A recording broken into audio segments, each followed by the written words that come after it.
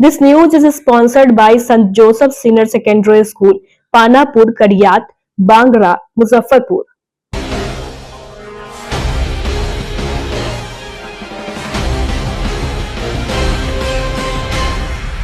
नमस्कार, मैं श्रुति और आप देख रहे हैं डेन न्यूज। खबरों को आगे बढ़ाने से पहले आइए एक नजर डालते हैं उन खबरों पर जो बनी है आज की सुर्खियां।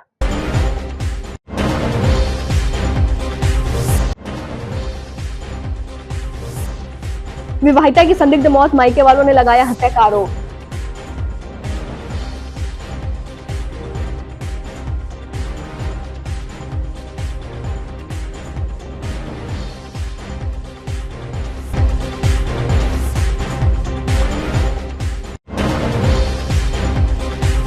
स्मार्ट सिटी की बड़ी लापरवाही, पानी टैंकर की चपेट में आने से मासूम बच्ची की दर्दनाक मौत, परिवार में बचा कोहराम।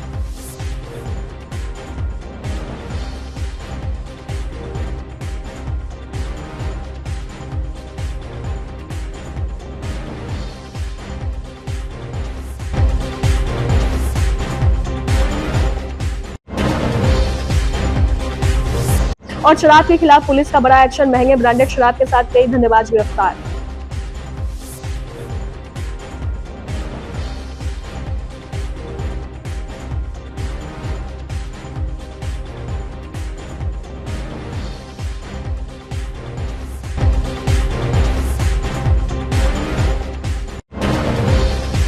तो ये थी आज की सुर्खियां, अब खबरें विस्तार से।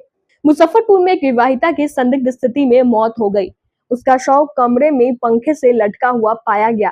इसके बाद से पूरे इलाके में सनसनी फैल गई। घटना सकरा थाना क्षेत्र के समसतपुर गांव की है। मृतका की पहचान मोहम्मद अली हुसैन की पत्नी रूबीना खातून के रूप में हुई है। रूबीना की पिछले 2 साल पहले अली हुसैन से शादी हुई थी। उससे एक बच्चा भी है। मृतका के मायके वालों ने दहेज के लिए हत्या का आरोप लगाया है। सूचना पर पहुंची सकरा पुलिस ने छानबीन करने के बाद शव को पोस्टमार्टम के लिए मेडिकल भेज दिया। ग्रामीण एसपी विद्यासागर ने बताया कि मामला दर्ज कर छानबीन शुरू कर दी गई है। मार दिया हमको बेटी के। कौन मार दिया? उसका घर के आदमी। का है उसका घर में लड़ाई झगड़ा चल रहा था। बेटी से रात दिन हम बात करते थे। बोल रहा है कि हमको सूखे दाना नहीं अम्मी खिला रहा है हमको। दिन रात उसको गोतनी सब ननद भैंसुर सब हमको बेटी के गंजन कर करके बोला तुम मर जाएगा, तेरा बाप में कुछ नहीं करेगा। तो बोला हमको बेटी ऐसा कुछ नहीं करेगा, तू मर जाबी तो की हो तो कुछ नहीं हो तो। हम बेटी से काल भी बात किया, भिनसर में किया। बोल रहा है मौसी हमको सब गंजन हमको कर रहा है। हमको बेटी तो नाटा है, थोड़ी भी हमको बेटी छत पर से जाके फांसी लगा लेगा। सब मिलकर हमको बेटी के फांसी दे दिया। घर से निकल गया, बोल रहा है कि अपने लगा लिया रस्सी में। क्या आरोप है आप लोगों की? हत्या कर दिया हमको बेटी के मार दिया सब मिलके। कौन कौन पर आरोप लगा रहे हैं? क्या कौन कौन मार सकता है? उसको गोतनी था, मजली है, बड़की है, छोटकी से बड़की नहीं है, सेजली है, मजली है, उसका सास है, सब है, खाली बड़की नहीं है। उसके पति कहाँ रहता है? उसका पति तो ही है। क्या हुआ है? हमको पोती को मार दिया सब मिलकर को। हमको से तुरंत बतियाया ये दादी खाना बनाया। हम कहे हाँ आप बनावेंगे। तुरंत फिर फोन आया कि कहा कि दादी पोती हॉस्पिटल में भर्ती। उसको गांव के आदमी किया, कोई गांव के आदमी किया फोन, ये हॉस्पिटल में भर्ती है। आपके पोती को कौन मारा? किस पर आरोप लगा रहा है? मारा उसको घर के आदमी मारा सब मिलकर को। बताया जा रहा है कि आत्महत्या कर ली खुद से। हाँ उसको अपना आप से हत्या नहीं किया है। सब मिलकर को उसको गोतनी सब मिलकर को और ननद जो है सकरा को सब मिलकर को मारा है। सब मिलकर को हमरा पोती को मार दिया। हाँ उसको पति है, पति गया है काम करने के लिए। क्या नाम है पोती के? रूबीना खातून नाम है। सकरा थाना अंतर्गत समस्तीपुर गांव की ये घटना है। और समस्तीपुर की लड़की थी, 2 साल पहले उसकी शादी हुई थी समस्तीपुर में, रूबीना खातून। और संदिग्ध परिस्थिति में ससुराल में ही संदिग्ध परिस्थिति में उसकी मौत हुई है। अनुसंधान हम लोग कर रहे हैं, प्राथमिकी दर्ज करके अनुसंधान कर रहे हैं। सर परिजन हत्या का आरोप लगा रहे हैं सर। जी, ऐसे कांडों में वो चाहे वो उसकी हत्या हुई है या फिर उसने अपने से फांसी लगाई है, दोनों में ही हम लोग दहेज हत्या का केस दर्ज करते हैं और वैसे ही अनुसंधान किया जाएगा। मुजफ्फरपुर में एक बड़ा हादसा हो गया। स्मार्ट सिटी की लापरवाही की वजह से बच्चे की दर्दनाक मौत हो गई। घटना बरहमपुरा थाना क्षेत्र के बरहमपुरा डेरा मोहल्ले की है।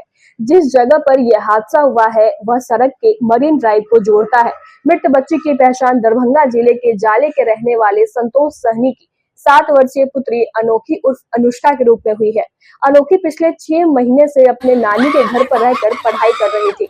इस घटना के बाद मृत बच्ची के परिवार में कोहराम मच गया है। बताया जा रहा है कि शनिवार की दोपहर अनोखी घर से थोड़ी दूर पर डेरा मोहल्ले में खेलने गई हुई थी। इसी दौरान वो उसे प्यास लगी और टैंकर में जाकर पानी पीने लगी। इसी दौरान टैंकर चालक गाड़ी को पीछे करने लगा, जिससे अनोखी उसके चपेट में आ गई। मौके पर ही उसने दम तोड़ दिया। उसके मौत के बाद स्थानीय लोग उग्र हो गए और ड्राइवर को बंधक बनाकर उसकी जमकर पिटाई कर दी। सूचना पर बरहमपुरा थानेदार सुभाष मुखिया दलबल के साथ मौके पर पहुंचे। इसके बाद आक्रोशित लोगों को समझा बुझाकर शांत कराया। पुलिस ने छानबीन करने के बाद शव को कब्जे में लेकर पोस्टमार्टम के लिए मेडिकल भेज दिया है। थानेदार सुभाष मुखिया ने बताया कि ट्रैक्टर टैंकर को जब्त करने के साथ ड्राइवर को गिरफ्तार कर लिया गया है। उससे पूछताछ की जा रही है। हमको जानकारी मिला जो पानी टंकी वाला के बुआ के गद्दे पर चढ़ा दिया तो हम दौड़ते आए जे स्पॉट डेट कर गया मेरा बाबूआ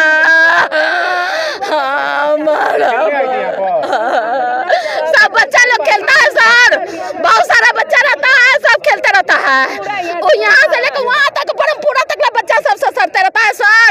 और मेरा बउआ जुट्टी जगता ससरता रहता है, इतना आदमी ससरता है तो नहीं देखा है।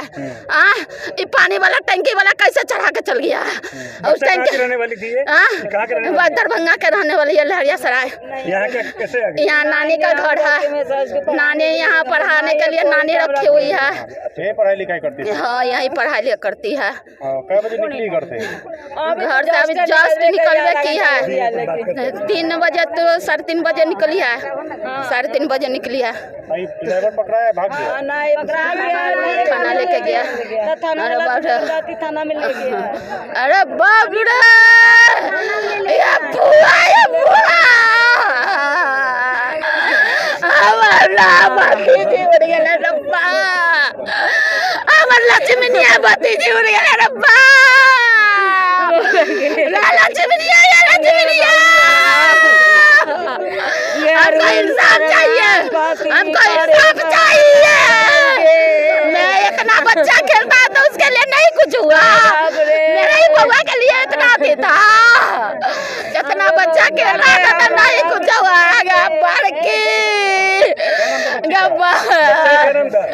अनुष्का अनोखी नाम है, घर का नाम अनोखी है, स्कूल में अनुष्का दिए हुए 7 साल।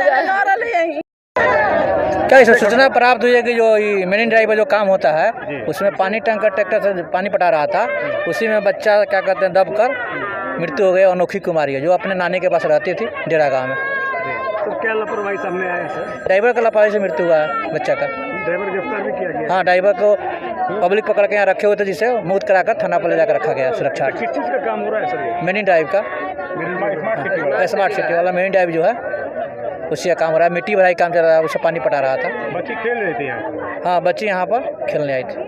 आगे सर इसमें पोस्टमार्टम वगैरह की? हाँ, पोस्टमार्टम कराकर प्राथमिकी दर्ज करते हुए विधि संगत कार्रवाई की जाएगी।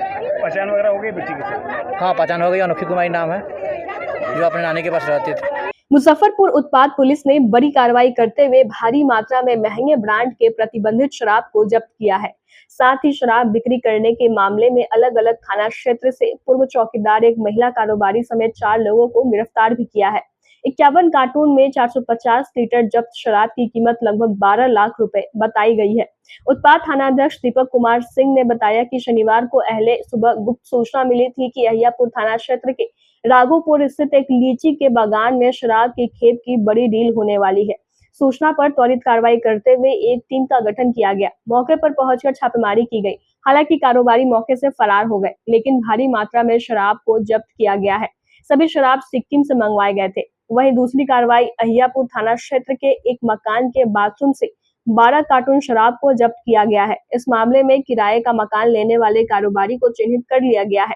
जल्दी गिरफ्तारी कर ली जाएगी। वहीं थाना क्षेत्र में चलाए जा रहे अभियान के तहत सरैया थाना क्षेत्र के अतरौलिया गांव में सरैया थाना क्षेत्र के चौकीदार दीपू राय को 18 बोतल शराब के साथ गिरफ्तार किया गया है। वहीं चुलाई शराब मामले में अलग अलग थाना क्षेत्र से महिला कारोबारी फूल कुमारी के साथ रवि और रोहित को गिरफ्तार किया गया है। सभी आरोपियों को न्यायिक हिरासत में भेजा जा रहा है। अभी जिलाधिकारी महोदय के आदेशानुसार हम लोग लगातार छापामारी कर रहे हैं और मद्य निषेध नीति के सफल कार्यान्वयन होते हुए भी हम लोग सजग हैं। इसी क्रम में हम लोगों को बहुत अच्छी सफलता मिली है, जिसमें कि अहियापुर थाना क्षेत्र के अंतर्गत राघोपुर में एक लीची बागान है, उसी में करीब 40-42 कार्टून विदेशी शराब और बियर का जब्त किया गया। हालांकि उस स्थल से गिरफ्तारी नहीं हो सकी। हम लोग कारोबारी के बारे में पता लगा रहे हैं, उस पर विधि सम्मत कानूनी कार्रवाई की जाएगी। दूसरा मामला है अहियापुर में एक बहुत ही बड़ा मकान था जिसके पीछे लैट्रिन में वहाँ के स्थानीय लोगों से पता चला है कि सन्नी कुमार जो कि उस लैट्रिन में शराब को स्टोर किए हुए था और उसको रात्रि में हटाने का प्रोग्राम था उसका, उससे जब्त हुआ है कुल 12 कार्टून विदेशी शराब वहाँ से जब्त हुई है। तत्काल उस वक्त उसकी गिरफ्तारी नहीं हुआ है। सन्नी कुमार के ऊपर FIR किया गया है एवं एक अन्य भी है। और कल ही 4 अभियुक्त को गिरफ्तार, जिसमें से एक महिला है। वो महिला आपको प्रहलादपुर से गिरफ्तार हुई है चुलाई शराब के साथ। उसके अलावा एक दीपू राय जो कि अतरौलिया थाना सरैया से गिरफ्तार हुआ है। लगभग 72-73 बोतल विदेशी शराब उसके पास से जब्त हुआ है और वो पूर्व में चौकीदार भी रह चुका है सरैया थाना क्षेत्र का। उसके अलावा कुल 4 गिरफ्तारी है, जिसमें से कि एक फूल कुमारी देवी, एक पूर्व चौकीदार दीपू राय, एक रवि कुमार और रोहित कुमार। ये दोनों रवि और रोहित भी चुलाई शराब के साथ गिरफ्तार किए गए हैं। इस तरह से कुल 4 गिरफ्तारी और लगभग 52-53 कार्टून विदेशी शराब बरामद हुआ है। जिस मामला में गिरफ्तारी नहीं हुई है, हम लोग कारोबारी का पता लगा रहे हैं। नाम पता चलते ही उस पर कानून। मुजफ्फरपुर में वक्फ बचाओ संविधान बचाओ रैली का विशाल आयोजन किया गया, जो मौन प्रदर्शन के तहत वक्फ बचाओ संविधान बचाओ जैसे नारे लिखे हुए बैनर बोर्ड हाथों में लिए हुए अपना विरोध जता रहे थे। वक्फ बचाओ संविधान बचाओ रैली में मुस्लिमों की काफी संख्या देखने को मिल रही थी। वक्फ बिल के विरोध में कई संगठनों ने इस मौन विरोध प्रदर्शन में हिस्सा लिया, जिसमें फूले अम्बेडकर संघर्ष मोर्चा, इंसाफ मंच, नागरिक समाज और मिल्लत कमेटी की मुख्य भूमिका रही। इस मौन आंदोलन में आजाद समाज पार्टी, सद्भावना मंच, Bhim army, RTE and RTI activist forum, मानवाधिकार संस्था, सांझी संस्कृति, सांझी विरासत मंच और इनकलाबी नौजवान सभा जैसे संगठनों का भरपूर समर्थन मिला है। इंसाफ मंच के सह सचिव जफर आजम ने कहा कि यह रैली सफल बनाने में सभी संगठन अपने स्तर से सफल प्रयास किए हैं। रैली का उद्देश्य है कि वक्फ बिल के विरोध में आवाज उठाना और संविधान की रक्षा करना। इस रैली के माध्यम से सरकार को वक्फ बिल वापस लेने के लिए दबाव बनाने का प्रयास किया गया है। साथ ही प्रदर्शनकारियों ने सरकार से मांग किया है कि वक्फ संशोधन अधिनियम 2025 को अविलंब वापस लिया जाए और वक्फ संपत्तियों की रक्षा के लिए एक स्वतंत्र व पारदर्शी प्रणाली सुनिश्चित की जाए। वहीं मार्च के बाद 25 लोगों का एक प्रतिनिधि मंडल ने जिलाधिकारी के माध्यम से राष्ट्रपति के नाम एक मांग पत्र सौंपा। आज का जो ये प्रोटेस्ट था, जो बहुत कामयाब रहा मजमे के एतबार से, हम मिल्लत कमेटी मुजफ्फरपुर की तरफ से यहाँ हज़ार बल्कि लाखों की तादाद में जमा हुए। हमारा डिमांड, हमारा मुतालबा, हमारी मांग है कि वक्फ एमेंडमेंट बिल 2025 यानी उसको वापस लिया जाए। हम उसको रद्द करते हैं, नहीं मानते हैं। उसमें हमारे अधिकार, हमारे हक का हनन है। उससे हमारी मजहबी आस्था को भी ठेस पहुंच रहा है और हमारे बाप दादा की दी हुई ज़मीनें जो औकाफ में है, जो अनरजिस्टर्ड है, वो सब सरकार उस पर कब्जा कर लेगी। भू माफिया से बचाने के लिए वो गवर्नमेंट हल्ला कर रही है, वो सब कोई बात नहीं है। सरकार का काम है लूटने से बचाना। मांग कर रहे हैं जिस तरह से किसान बिल वापस, जैसे किसान बिल को वापस लेना पड़ा, हम सरकार को मजबूर करेंगे कि हमारा ये वक्फ एमेंडमेंट बिल वापस ले। अभी बिहार में विधानसभा का चुनाव इस साल होना है और ठीक चुनाव से पहले भारतीय जनता पार्टी ने देश की संसद में वक्फ कानून लेकर आई और उस वक्फ कानून के जरिए वो ध्रुवीकरण करके बिहार का चुनाव जीतना चाहती है। बीजेपी भारतीय जनता पार्टी लगातार इस कोशिश में लगी हुई है कि बिहार किसी तरीके से उसके कब्जे में आ जाए और उसने एक पासा फेंक दिया। और ये जो कानून है वक्फ का, ये कानून बाबा साहब अम्बेडकर के संविधान के आर्टिकल पर, बाबा साहब के द्वारा जो बनाए हुए संविधान में जो अधिकार जो दिए गए हैं उन अधिकारों पर सीधा हमला बोलता है। इसलिए देखिएगा कि जब सुप्रीम कोर्ट में जब मामला गया तो सुप्रीम कोर्ट के माननीय चीफ जस्टिस साहब ने कई सवाल सरकार से पूछे और सरकार को कहा कि आप इन तमाम बातों पर जवाब आपको देना होगा। ये वक्फ का जो काला कानून है, ये काला कानून भारतीय जनता पार्टी सिर्फ ध्रुवीकरण को लेकर आई है। और जान रहिए, हम लोगों ने पिछले 14 अप्रैल को भी फूले अम्बेडकर संघर्ष मोर्चा के जरिए हम लोगों ने वक्फ के काला कानून के खिलाफ हम लोग विरोध किए, लेकिन कानून जब तक वापस नहीं होगा तब तक ये आंदोलन चलेगा। ये सिर्फ यहाँ रुकने वाला नहीं है, ये कानून को भारतीय जनता पार्टी की सरकार को वापस लेना ही होगा। मोदी जी को इस सरकार को वापस ही लेना होगा। हम पहलगाम के उन तमाम 28 पीड़ित परिवारों के साथ खड़े हैं। यहाँ जितने हजारों लोग आए हैं, हमारी तमाम लोगों की सहानुभूति उन परिवारों के साथ खड़ी है। और हम लोग इस सवाल को भी पूछ रहे हैं कि मोदी जी, आपको तो यह जवाब बताना चाहिए। 10 साल से देश सुरक्षित हाथों में है, तो 10 साल से जब देश सुरक्षित हाथों में है तो हमारे 28 लोग कैसे मारे गए? जिस कश्मीर के अंदर में 7 लाख फौजें रहती हैं, जिस कश्मीर के अंदर में सबसे ज़्यादा खुफिया एजेंसियां चप्पे चप्पे पर तैनात है, जिस कश्मीर के अंदर अगर आप जाकर देखिए तो आप एक चाकू रखकर 1 किलोमीटर आप घूम नहीं सकते। उस कश्मीर में आतंकी घुस गए, कैसे आतंकी घुस गए? इस बात का जवाब मोदी सरकार को देना है। अगर ये इंटेलिजेंस चूक अगर है तो इस चूक के लिए गृह मंत्री अमित शाह को इस्तीफा देना होगा। इसलिए वक्फ कानून की वापसी तक ये आंदोलन चलेगा। कैसा आज का प्रोटेस्ट? हाँ, सब पूरा मुजफ्फरपुर के लोग गांव से लेकर शहर तक एक जवान बूढ़े सब लोग सड़कों पर आए थे और बहुत ही शानदार जुलूस रहा। और ये आज शुरुआत है मुजफ्फरपुर शहर के अंदर, और हम लोगों ने ये अभी मेमोरेंडम दिया है और सरकार को ये कहा है कि अगर बिल वापस नहीं होगा तो हम लोग पूरे मुजफ्फरपुर के ज़िला में, मुजफ्फरपुर के गांव में, मुजफ्फरपुर के गलियों में, मुजफ्फरपुर के ब्लॉक में हम लोग शाहीन बाग बनाएंगे और उस वक्त तक लड़ाई लड़ते रहेंगे जब तक कि ये काला कानून वापस नहीं हो जाता है। इंसाफ मंच के द्वारा ये प्रायोजित ये जो है वक्फ बचाओ संविधान बचाओ रैली निकाली गई। आप देख रहे हैं कि लाखों की संख्या में मुजफ्फरपुर की आवाम, गयूर आवाम, इसमें हिंदू भी है, मुसलमान भी है, गंगा जमुनी तहजीब। ये एक तमाचा है मौजूदा सरकार पर जो गंगा जमुनी तहजीब को ख़त्म करना चाहती है। हम लोग वक्फ का जो कानून आया है, जो वक्फ का काला कानून आया है, जो हम पर थोपा जा रहा है, हम लोग उसके एहतजाज के लिए आज मुजफ्फरपुर के गयूर अवाम ने बता दिया है कि यहाँ का सिर्फ मुसलमान नहीं, अगर आप गलत हैं तो हिंदू, जैन, सिख आपके खिलाफ है। यहाँ पर जो भी धर्म के लोग हैं, चाहे जो भी धर्म हो, बौद्ध है, जैन है, ईसाई है, इंसानियत के खिलाफ जो भी कानून लाओगे हम तुम्हारे खिलाफ हैं। ये मुजफ्फरपुर के आवाम ने आज बता दिया है। लाखों की संख्या में आज जो है इस सरकार के खिलाफ अपना एहतजाज दर्ज करने के लिए, आज लाखों की संख्या में अपना एहतजाज दर्ज करने के लिए लोग यहाँ मौजूद हैं। आज हमारे वजूद की बात है, हमारे मदरसों की बात है, हमारे मस्जिद की बात है, हमारे कब्रिस्तान की बात है। हम लोग अपने धर्म में किसी तरह का हस्तक्षेप नहीं चाह रहे हैं। सरकार को काम करना है, जीडीपी की बात करें, इंफ्रास्ट्रक्चर की बात करें। क्या मांग है इस आंदोलन के जरिए सरकार? बिल्कुल, ये जो काला कानून थोपा जा रहा है उसको वापस लो। कश्मीर के पहलगाम में आतंकवादी हमले में 26 लोगों की मौत के बाद भारत ने पाकिस्तान पर दबाव बढ़ा दिया है। केंद्र सरकार की ओर से वीजा पर भारत आने वाले पाकिस्तानी नागरिकों से 27 अप्रैल तक देश छोड़ने का आदेश जारी किया गया है। पाकिस्तानी नागरिकों के सभी तरह के वीजा को रद्द कर दिया गया है। मुजफ्फरपुर के औराई के रहने वाले आफ्ताब आलम की शादी 13 साल पहले पाकिस्तान की शाइना कौसर से हुई थी। शादी के बाद शाइना कुछ समय बिहार में रही, फिर पाकिस्तान लौट गई। शाइना पाकिस्तान में प्रोफेसर है। आफ्ताब और शाइना की 10 साल की बेटी भी है जो अपनी मां के साथ पाकिस्तान में रहकर पढ़ाई करती है।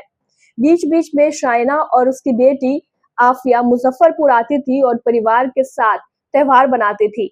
अब वीजा रद्द होने के बाद शाइना और आफिया की मुश्किलें बढ़ गई है।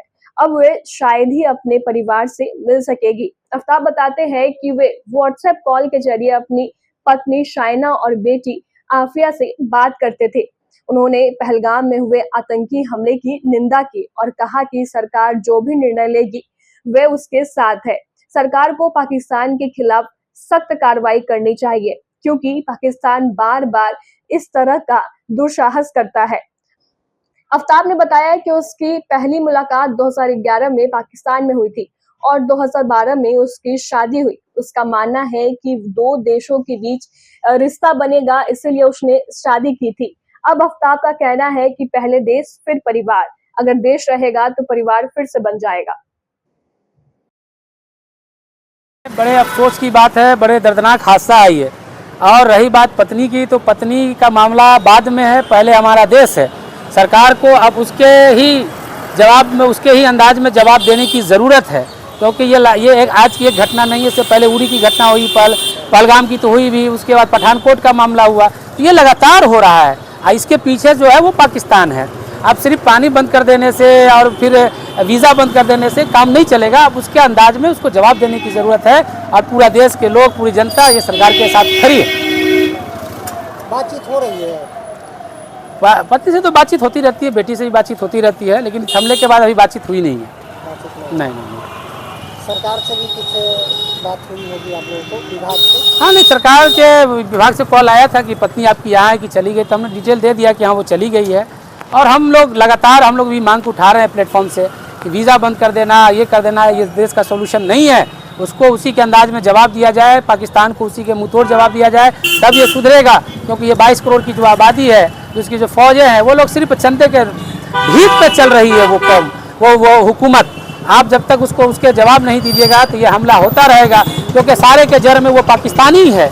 और उस कौम से आप क्या उम्मीद रखिएगा, उस फौज से क्या उम्मीद रखिएगा जो अपने ही बहन को अपनी। वक्त हो चला है एक छोटे से ब्रेक का। ब्रेक के बाद तुरंत हाजिर होते हैं, तब तक के लिए बने रहिए हमारे साथ और देखते रहिए Dan news. Saint Joseph senior secondary school, Panapur, Kariyat, Bangra, Muzaffarpur, affiliated to CBSE 10+2. Co-education. The school maintains a very efficient team of teachers equipped with physics, chemistry, biology, maths and computer lab. Career-oriented classes through counseling from Standard 6. Skill development through yoga, dance and music. Route-wise vehicle facilities available.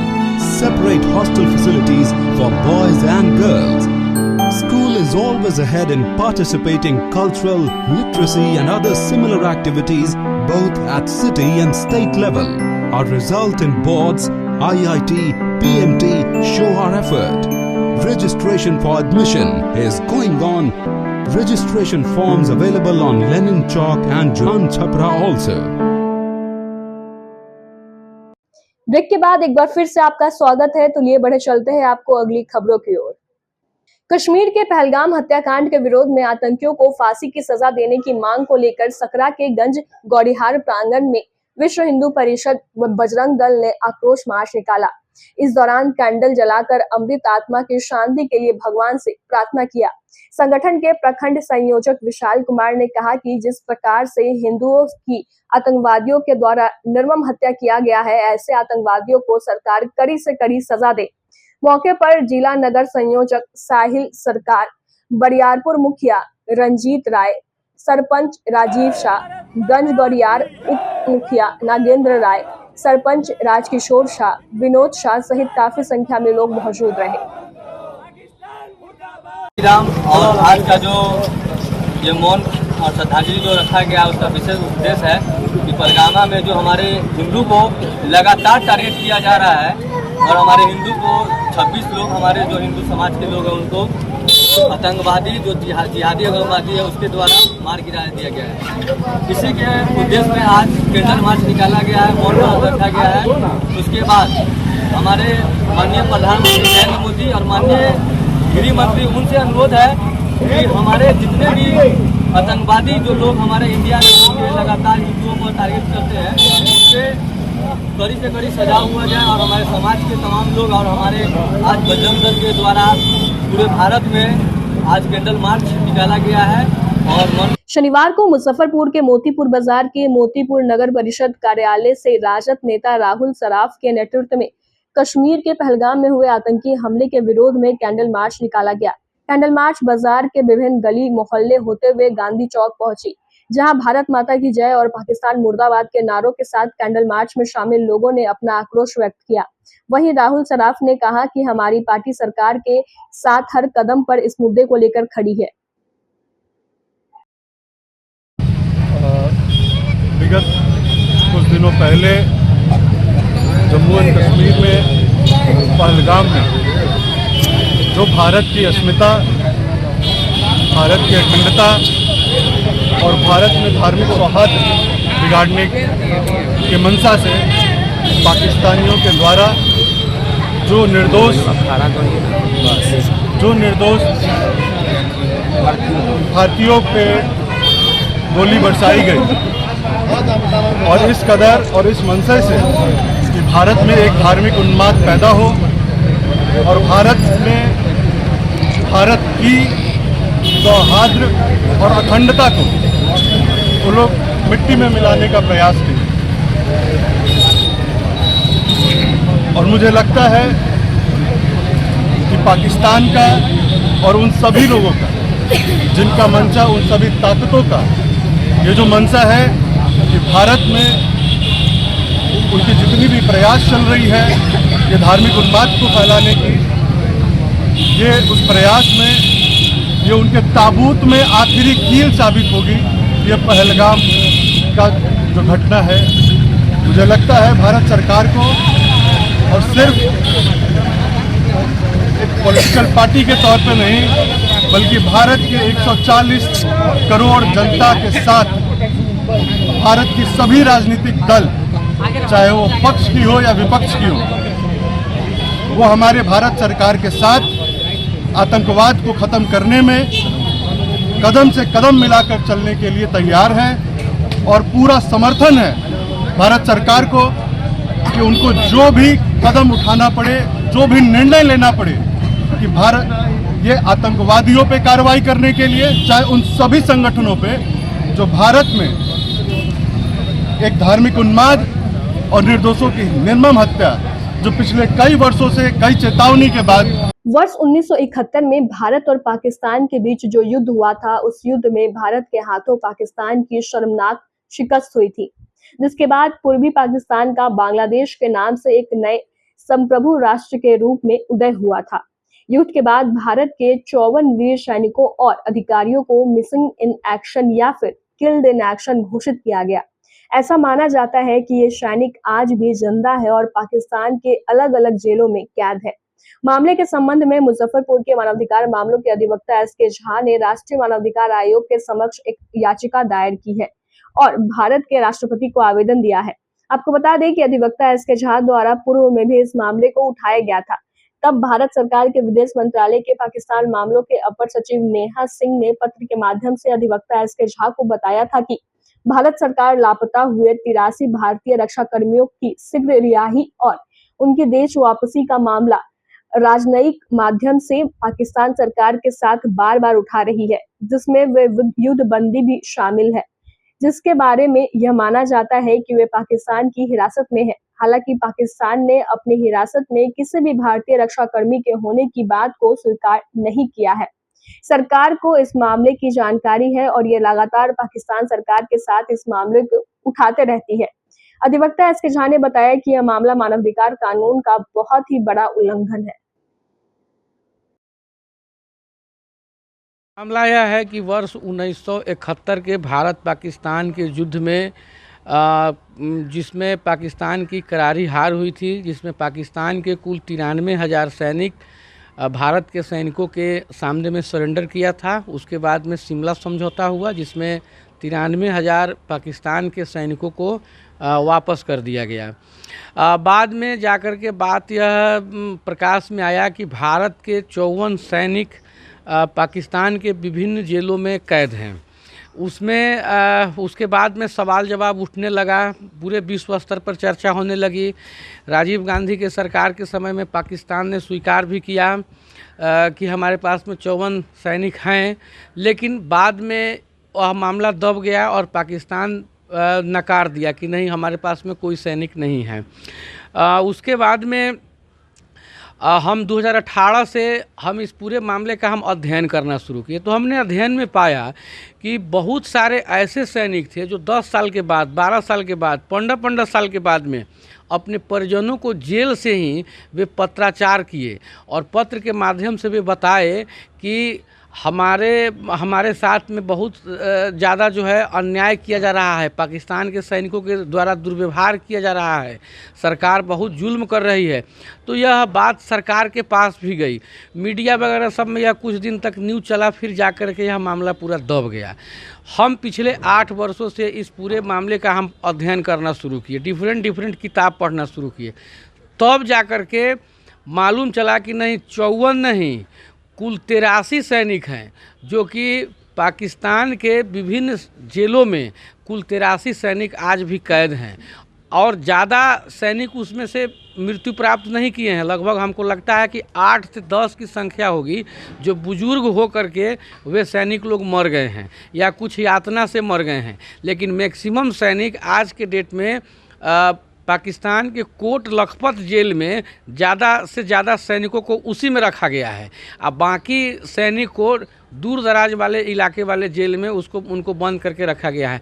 तो इसी को लेकर के हमने राष्ट्रीय मानवाधिकार आयोग में हम एक पिटीशन दाखिल किए हैं और साथ ही साथ हमने भारत के महामहिम राष्ट्रपति महोदय को भी हम एक पत्र भेजे हैं कि इस मामले में सरकार जो है सो ठोस पहल करे और पहल करके जो सैनिक आज 54 साल 55 साल से प्रतीक्षा कर रहा है वतन वापसी के लिए, उनके कष्ट को समझा जाए और उनके कष्ट को जाना जाए और उनको जो है वतन वापसी कराया जाए। इतना ही नहीं, हमको 2021 में भारत के विदेश मंत्रालय के द्वारा हमको जो लेटर दिया गया था, उस लेटर में स्पष्ट तौर पर कहा गया था कि 83 सैनिक भारत के हैं जो पाकिस्तान के विभिन्न जेलों में कैद हैं और उन लोगों को जब छुड़ाने की बात होती है तो पाकिस्तान नकार जाता है। तो इसमें भारत को अब ठोस स्टेप लेने की ज़रूरत है। इसी के लिए हमने NHRC में पिटीशन दाखिल किया है और राष्ट्रपति महोदय को भी हमने आवेदन पत्र दिया है और फिर हम लोग देखते हैं कि इसके आलोक में और हम लोग क्या क्या कर सकते हैं कानूनी रूप से, तो हम लोग करेंगे। लेकिन हम लोगों को सरकार से ही आग्रह है कि उन लोगों को वतन वापसी कराया। शनिवार को मुजफ्फरपुर के माड़ीपुर स्थित एक निजी होटल के सभागार में हिंदुस्तानी अवाम मोर्चा के जिला अध्यक्ष संजर आलम के नेतृत्व में जिला कमेटी और प्रखंड कमेटी का समीक्षा बैठक आयोजित किया गया। इस बैठक के मुख्य अतिथि हम पार्टी के प्रदेश उपाध्यक्ष प्रभारी DN सिन्हा एवं प्रदेश प्रवक्ता भीम सिंह थे। कार्यक्रम में कई प्रखंड अध्यक्ष एवं जिला पदाधिकारी की भी नियुक्ति की गई। प्रदेश से आए पदाधिकारियों ने पार्टी को बूथ स्तर पर मजबूत करने के लिए कार्यकर्ताओं को टिप्स दिए। जिला अध्यक्ष ने कहा कि आगामी विधानसभा चुनाव में मुजफ्फरपुर के 11 विधानसभा में NDA प्रत्याशी को मजबूती के साथ जिताने का काम किया जाएगा।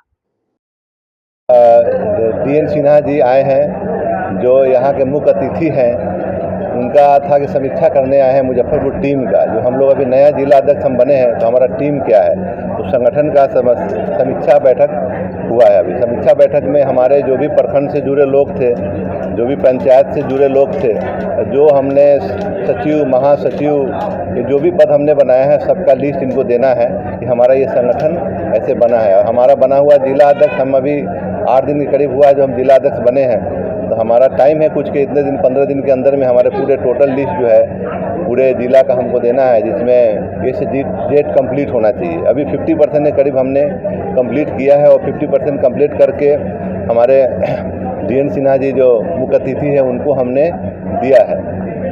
और आगामी चुनाव को लेकर किस तरह का तैयारी? आगामी चुनाव को लेकर ऐसा है कि आगामी चुनाव नवंबर में होना है। उससे पहले हम लोग पूरी तरह से मजबूत संगठन बनाकर और हर विधानसभा के 11 विधानसभा में अपने लोगों को खड़ा करेंगे। जो हमारे NDA के प्रत्याशी होंगे वो NDA के प्रत्याशी को हम लोग जिताने का पूरी की तरह कोशिश करेंगे और चाहेंगे कि हमारे जितने 11 के 11 सीट हमारे NDA के ही खाते में आए। बैठक का एक ही पर्पस है कि इससे पहले भी लगभग 1.5 महीने पहले 1.5 महीने पहले हम यहाँ मुजफ्फरपुर की धरती पर आए थे ये देखने के लिए कि संगठन में कोई परिवर्तन की आवश्यकता है कि नहीं है और संगठन की वर्तमान स्थिति क्या है। तो जो हमारा फीडबैक था, हमने और हमारे साथ आए थे हिंदुस्तानी अवाम मोर्चा सेकुलर के प्रवक्ता हैं भीम सिंह जी, दोनों हम लोगों ने पार्टी को रिपोर्ट किया और पार्टी ने निर्णय लिया जिला नेतृत्व को परिवर्तन करने का। और फिर आदरणीय संजय आलम साहब को एक सप्ताह पहले 7-8 दिन पहले जिले की कमान दी गई है, जिलाध्यक्ष हिंदुस्तानी अवाम मोर्चा सेकुलर बनाए गए। अब समीक्षा का वजह एक ही है कि जब भी कोई नेतृत्व परिवर्तन होता है, जिला की कमान किसी को दी जाती है, तो पार्टी एक टास्क देता है, होमवर्क देता है कि एक सर्टेन पीरियड में आप अपनी पूरी कमेटी का गठन कर लें। तो इन्हें भी एक टास्क दिया गया कि 15 दिनों में आप होमवर्क कर लें और करके हमें बताएं कि आपकी कमेटी बनी कि नहीं बनी। 7-8 दिन पहले इन्हें प्रभार दिया गया और इस बीच में समीक्षा का बैठक इसलिए कराया गया, प्रदेश नेतृत्व ने, राष्ट्रीय नेतृत्व ने इसलिए भेजा है कि समीक्षा से कम जो काम कर रहे हैं उनको मोरल सपोर्ट मिलेगा, मोटिवेट होंगे और तो जो बचा हुआ भी जो काम रहेगा वो तेज़ी से करेंगे। तो बढ़िया है। अभी हमने देखा 16 हमारे यहाँ प्रखंड अध्यक्ष हैं, सो होना चाहिए 16 प्रखंड है, 16 में 12 प्रखंड अध्यक्षों का इन्होंने मनोनयन कर लिया है, 4 प्रखंड अध्यक्षों का मनोनयन अभी प्रोसेस में है। जिला कमेटी जो ये बनाने वाले हैं, जिला कमेटी में अपने भी उन्होंने अभी बताया कि 50% हम लोगों ने जिला कमेटी का काम कर लिया है और 50% जो अवेटेड है उसको भी हम लोग एक सप्ताह के अंदर कर लेंगे। ये लगातार मेहनत कर रहे हैं, प्रयास कर रहे हैं, सकारात्मक है और हमें भी भरोसा है पार्टी की ओर से हमें कि ये काम कर लेंगे और बढ़िया से, पहले भी इनको अनुभव है पार्टी चलाने का। अधिकत्यारपुर परेसिया प्राथमिक कृषि साख सहयोग समिति के अध्यक्ष प्रशांत परिमल उर्फ रत्नेश सिंह और सुमेरा प्राथमिक कृषि साख सहयोग समिति लिमिटेड के अध्यक्ष चंदेश्वर प्रसाद चौधरी ने शनिवार को मुजफ्फरपुर के डीएम सुब्रत कुमार सेन को एक संयुक्त ज्ञापन सौंप कर राइस मिलों द्वारा कस्टम मिड राइस की समय बंद आपूर्ति सुनिश्चित करने की मांग की है। ज्ञापन में दोनों अध्यक्षों ने बताया कि धान अधिप्राप्ति वर्ष 2024-25 के लिए जिला टास्क फोर्स द्वारा उनकी समितियों को राइस मिलों के साथ टैग किया गया था। विभागीय निर्देशों के अनुसार स्टॉक ट्रांसपोर्ट रसीद निर्गत होने के 7 दिनों के भीतर कस्टम मिड राइस की आपूर्ति होनी चाहिए। हालांकि सुमेरा समिति के लिए टास्क ट्रांसपोर्ट रसीद 19 मार्च 2025 को जारी हुआ, लेकिन 38 दिनों बीत जाने के बाद भी कस्टम मिड राइस की आपूर्ति नहीं हुई, जो अत्यंत चिंताजनक है। उन्होंने कहा कि कैश क्रेडिट पर बैंक ब्याज का अतिरिक्त बोझ समितियां वहन नहीं कर सकती। साथ ही राइस मिलों द्वारा धान के बदले अग्रिम नगद भुगतान का दबाव बनाया जा रहा है, जो अनुचित है। प्रशांत परिमल और चंदेश्वर प्रसाद चौधरी ने जिलाधिकारी को आग्रह किया कि इस मामले में तत्काल हस्तक्षेप कर समितियों को राहत प्रदान की जाए, ताकि धान अधिप्राप्ति प्रक्रिया सुचारू रूप से चल सके और किसानों के हितों की रक्षा हो सके। जी, परेशानी यही है कि किसान द्वारा धान लिया गया, मिलर के तुगलकी फरमान के कारण धान सड़ रहा है गोदाम में। 40 दिन हो गया STR कटे हुए, जबकि नियमानुसार जो है 7 दिन के अंदर मिलर को CMR दे देना है, लेकिन 40 दिन के बाद भी जिला प्रशासन के जितने भी टास्क फोर्स के पदाधिकारी हैं सभी को कहने का मतलब 1 अप्रैल को ही ईमेल के माध्यम से जिलाधिकारी महोदय को कार्यालय में रिसीट कराएं, दोबारा हार के 24 तारीख को पेपर रिसीट कराएं, लेकिन कहीं कोई सुनवाई जो है नहीं है। इसका जांच कहने का मतलब नितांत आवश्यक है। इसमें जांच तभी संभव है जैसे मिलर का कहने का मतलब CCTV का जांच हो, GPS धान उठाव GPS का जांच हो, धर्म कांटा पर्ची का जांच हो, तब ये साबित होगा जो मेरा आरोप सही है या गलत है। जिला का अधिकारी महोदय ने हम सुमेरा पैक्स और अख्तियारपुर परिया पैक्स दोनों का जो था उसको व्हाट्सएप पर श्रीमती अनुमंडला पदाधिकारी महोदया के यहाँ भेज दिया और PA को कहा कि इन दोनों को वहाँ बात कराओ और उनको से भी कहा कि उनको भी कहना हमसे बात करेंगी और कहा कि जाइए इस पर कार्रवाई होगी, आपका समाधान होगा। क्या परेशानी? लेकिन जी परेशानी क्या आ रहा है? परेशानी यह रहा है कि हम लोगों का 10 लॉट हम किसान का धान खरीदे थे सुमेरा पैक्स में, 5 लॉट धान शुरू से ही पैक मिलर कहता है कि हमको 9,35,000 रुपया दीजिए, तो वो जो हमारा STR है वो जल्दी निर्गत नहीं कर, चावल नहीं देता है, मुहैया नहीं करता है। उसके लिए DM को हम बोले थे, तो शुरू में भी SDO साहिबा गई थी पश्चिमी, तब मेरा चावल काफ़ी 24 दिन के बाद लिया था। फिर उसी तरह से 4 लॉट में किया और अब कह रहे हैं कि नहीं अभी आप पैसा दीजिए तभी आपका चावल गिरेगा, अन्यथा हमारे पास पूंजी नहीं है। हमारे पास धान सर गोदाम में पड़ा हुआ है। हम प्रशासन को 3 बार लिख करके दिए हैं, लेकिन अभी तक हमारा जो है सो धान अब इधर जो है सो चावल नहीं गिराया जाता है। पहले उनको चावल देना है तब हम उनको धान देंगे, लेकिन वो ऐसा नहीं करते, वो पैसा पर अड़े हुए। और आज हमारा 24 दिन 7 तारीख को STR निकला और आज तक हमारा चावल मुहैया नहीं हुआ।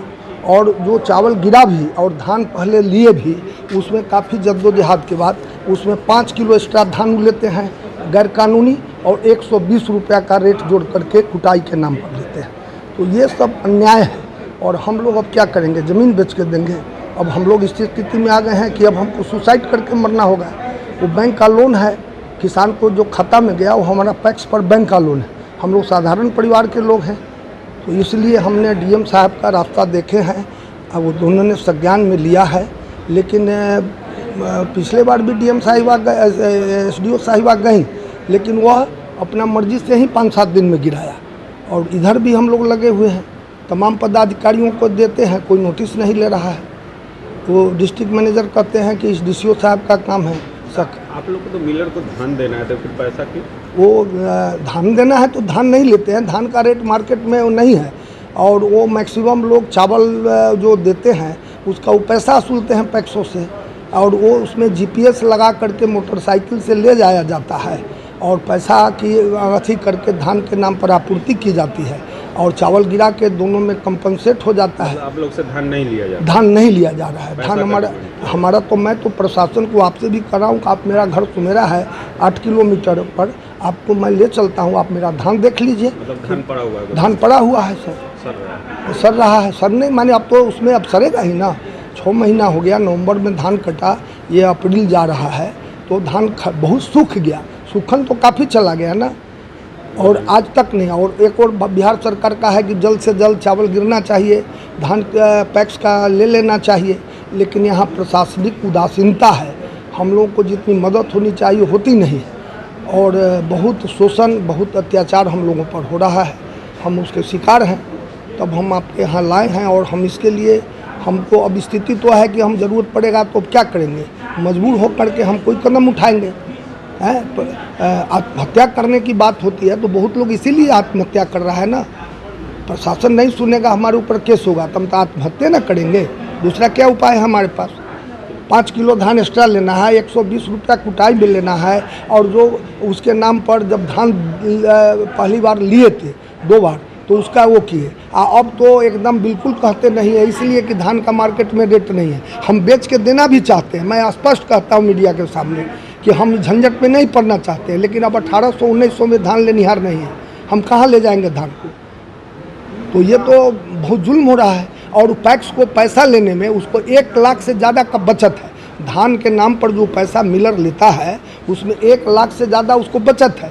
इसलिए अब ये हम सरकार तक इस बात को पहुंचाना चाहते हैं, मुख्यमंत्री महोदय तक, तमाम आला अधिकारियों तक, कि ये स्थिति है। कुमुद राइस मिल है हमारा कांटी का, और उसका जो मनमानापन है और उसकी जांच हो जाए तो ये सारे मिल, और इतना धान कितना बड़ा घोटाला तो आज तक मैंने हिंदुस्तान में कोई घोटाला ही नहीं हुआ है। ये आज स्थिति है। आज की खबरों में बस इतना ही। कल फिर मिलेंगे कुछ नई खबरों के साथ, तब तक के लिए हमें दीजिए इजाजत। नमस्कार। St. Joseph Senior Secondary School, Panapur, Karyat, Bangra, Muzaffarpur, affiliated to CBSE 10+2. Co-education. The school maintains a very efficient team of teachers equipped with physics, chemistry, biology, maths and computer lab. Career-oriented classes through counseling from Standard 6. Skill development through yoga, dance and music. Route-wise vehicle facilities available. Separate hostel facilities for boys and girls. School is always ahead in participating cultural, literacy and other similar activities both at city and state level. Our result in boards, IIT, PMT show our effort. Registration for admission is going on. Registration forms available on Lenin Chowk and Jan Chhapra also.